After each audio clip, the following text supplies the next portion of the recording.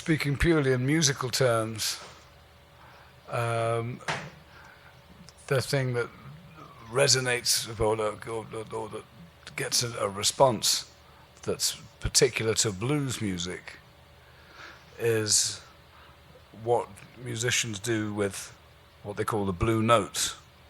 And it's really dissonance and consonance are the classical expressions for it. But it's the way you superimpose, this is a simplification, a minor scale over a major scale to create things that are technically out of tune, but are done by a good musician, in the hands of a good musician, are done in such a way that they work. They almost make you want to wince a little bit, but then you resolve it. So you resolve dissonance into consonance. And it's a bit harder to illustrate on a piano because a piano has fixed pitch. But with a human voice or a guitar string or a reed instrument or a valve instrument, you can bend pitch.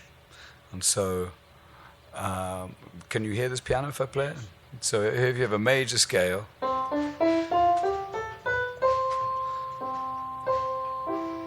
this note is what makes it major.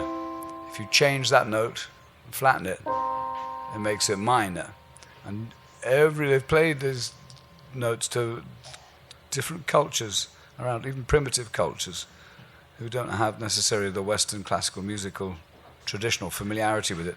And then when asked which chord sounds sad, this one or this one, universally everyone says, oh, the second one sounds sad. No one knows why that is. But that's a very interesting thing, because that is what you mess with in the blues, and you mess up the sad minor third with the major third. And often what you'll do, and blues musicians, is find a pitch somewhere in between those two. So the way you sing is do-do-do, boo, do, boo, boo. And then you got other ones too.